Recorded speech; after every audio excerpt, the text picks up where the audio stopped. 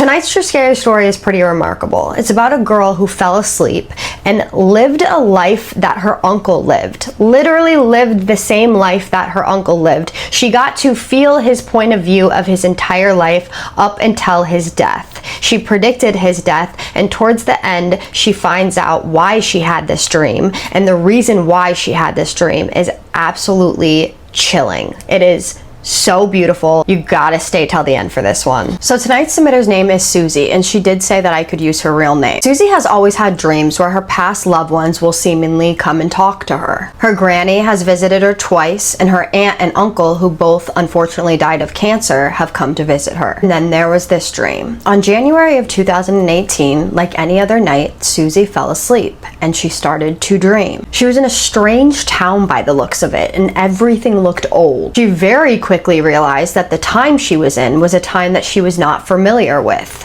She was in a house, and she quickly also realized that this was her house. She remembers being very confused because she saw her little brother at 2 years old running around, but physically being older than him. He is actually 2 years older than her in real life, but then she realized that it was her father, not her brother. Her dad had a lot of siblings, 5 to be exact, 4 boys and 1 girl, the girl being the oldest, and then her uncle Bob being the second oldest. After being in the situation for a minute and getting a few hints here and there, she realized that she was in her Uncle Bob's body. As soon as she realized this, a fight broke out between her, being her Uncle Bob, and his father. He could hardly stand, and he was throwing punches that were extremely easy to dodge. And this relates to real life because her grandfather is an alcoholic. In real life, Susie never knew this. This fight ended by her, being her Uncle Bob, throwing his dad out of the house. She remembers feeling very physically drained as she threw him out of the house. And after she threw him out of the house, she screamed, "You are not a father! You are not a husband! And you are not allowed back here." All of a sudden, everything switches, and she's at a fair, and she's on a Ferris wheel with a girl. She was beautiful and someone familiar to her. In real life, she believes this was her cousin's mother, her Uncle Bob's significant other. They were on a date together. As she's at the fair, she remembers feeling confused because the fair looked so different to her than it did in her real life, assuming because it was so long ago. She remembers feeling like she knew the place, but also learning about it in a new way and being amazed by this. Her next flash was with a toddler, and she knew it was with her cousin, who we'll call Jack. In a flash, she was able to see so much of his childhood and how close he was to his father, her Uncle Bob, until he found alcohol. She remembers him going through being an alcoholic and all of the trials that he had with his friends and his family. She felt this as him. Now, his younger brothers weren't around a lot during this time for him, but she remembers the rest of his family desperately wanting him to seek out help. She remembers being angry at them, but also a part of her really wanted to get sober too. So in the dream, Jack becomes a teenager, and when he becomes a teenager, she remembers, as being her Uncle Bob, feeling like he needed to get help at this point. He wanted to get sober,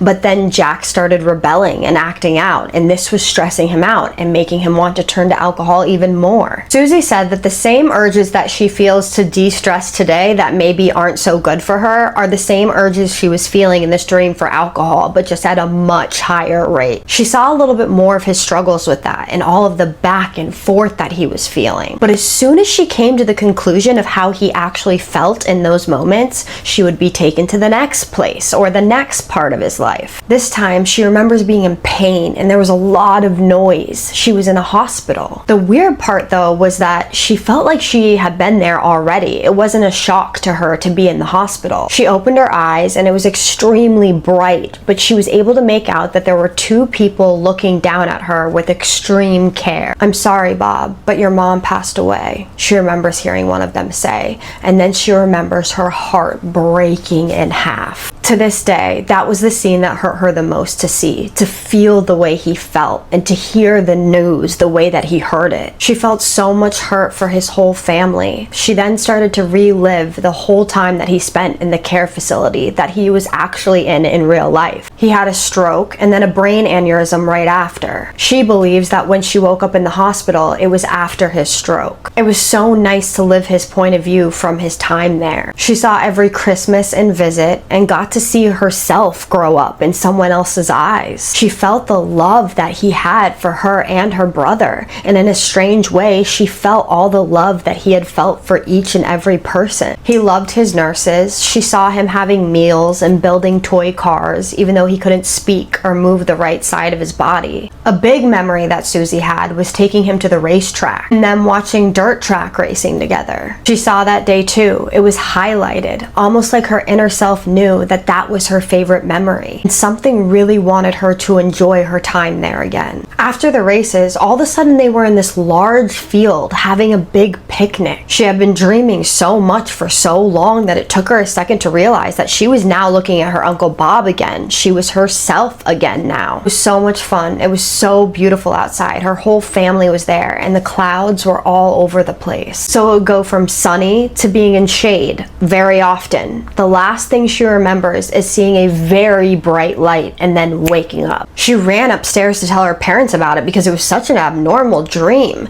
And that's when she found out that she had lived her Uncle Bob's life. Those things had actually happened to her Uncle Bob. She remembers some of them, and most of them she didn't know. She said she also remembers a lot of her dad's life from that dream, and things she couldn't have possibly known. They all thought that this was wild. Just a crazy coincidence though, until January 13th. That morning was her sweet 16. She had got up, went to her vanity, and started getting ready, when suddenly her mom peeks her head in to give her the news. Her uncle had passed away. She remembers her heart breaking. She felt the exact same way that her Uncle Bob felt when he heard the news of his mother passing. She then immediately knew that that dream was someone or something telling her about his time running out. She said it turns out that he ended up passing away from pneumonia, which they had never contacted them about. They were all heartbroken, but she felt even worse, wondering if maybe after her dream, if she would have went and seen him, she maybe could have felt something and known something was wrong with him. That night when she went to bed, she thought to herself, if that dream meant anything, please let me find out tonight. And she did. When she fell into a deep sleep,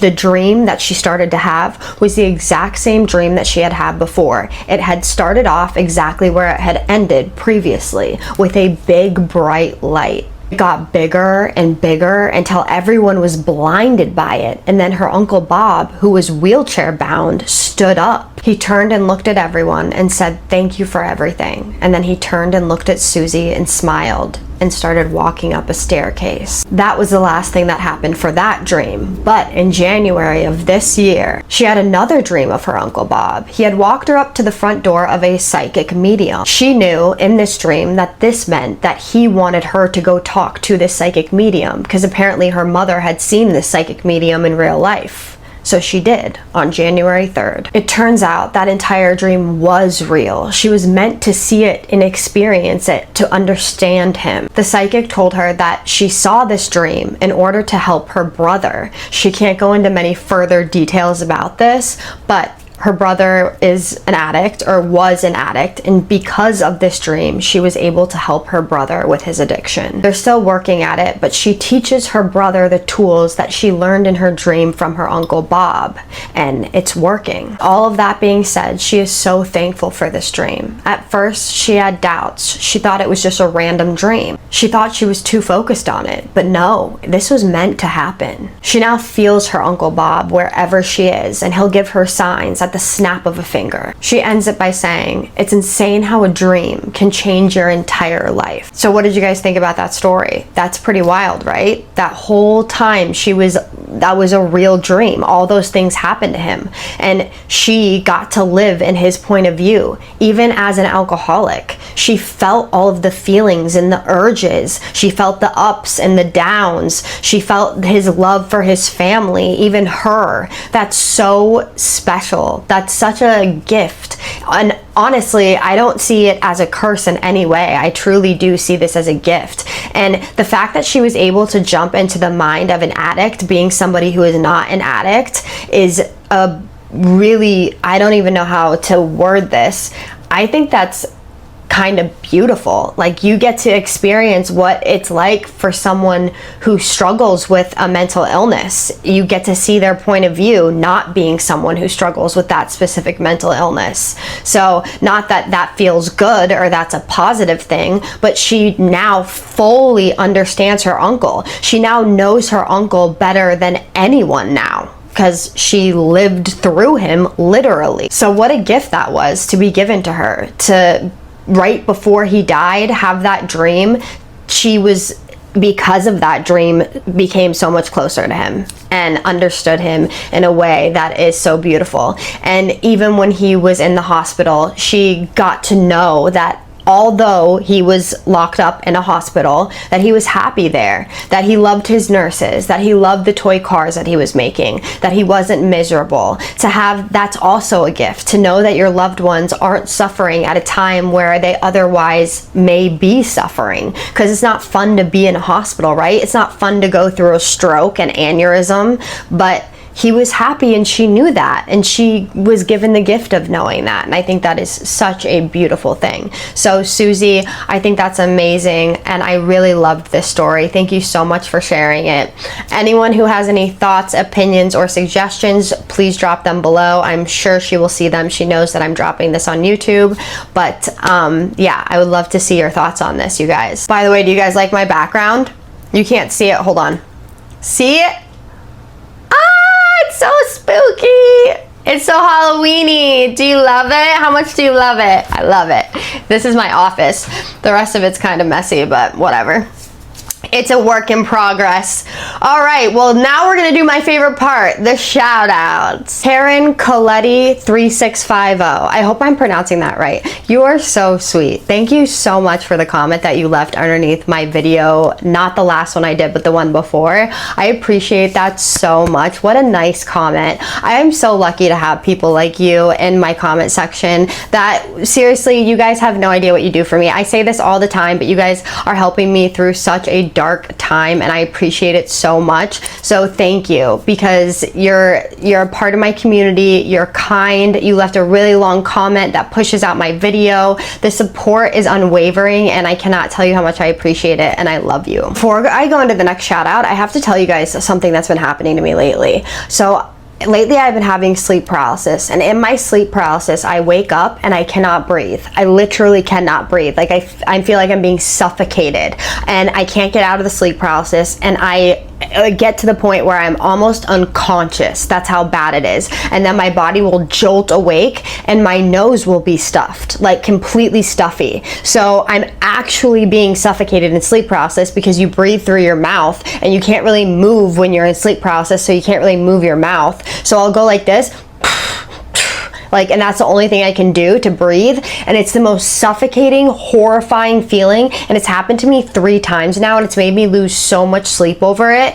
That is why I haven't been posting as consistently, is because I've lost so much sleep because of this. I don't know what the hell is going on. There's no way that my nose is just stuffing up for like 10 minutes and then going away, because it'll not be stuffy anymore like 2 minutes after I get up. Is that a thing? Can your nose get stuffy out of nowhere while you're laying down, and then when you get up it's unstuffed? I have no idea, but whatever it is, if it's paranormal or not, it's terrifying me, and I don't know how to stop it. So if anyone here knows a way to get out of sleep paralysis, because I genuinely am afraid I'm going to die. Like, that's how scary it is. Can you die from sleep paralysis if your nose is stuffed up and you can't breathe out of your mouth and you can't move? Like, does your body send a signal to your brain saying, hey, you gotta move, you can't breathe? Because it's not really seeming like that's happening. Like, I am literally getting to the point of almost unconsciousness. So if anyone knows how to like quickly get out of sleep paralysis, I need to know, because seriously, you guys, if I freaking die that in my sleep, that's what happened. I'm just letting you guys know right now. I just had to tell you guys that. I forgot to tell you guys that before, but I'm gonna go into the next shout out now. Stephanie Burnout 6916. You're so sweet. Thank you so much. You said that I was the best storyteller ever.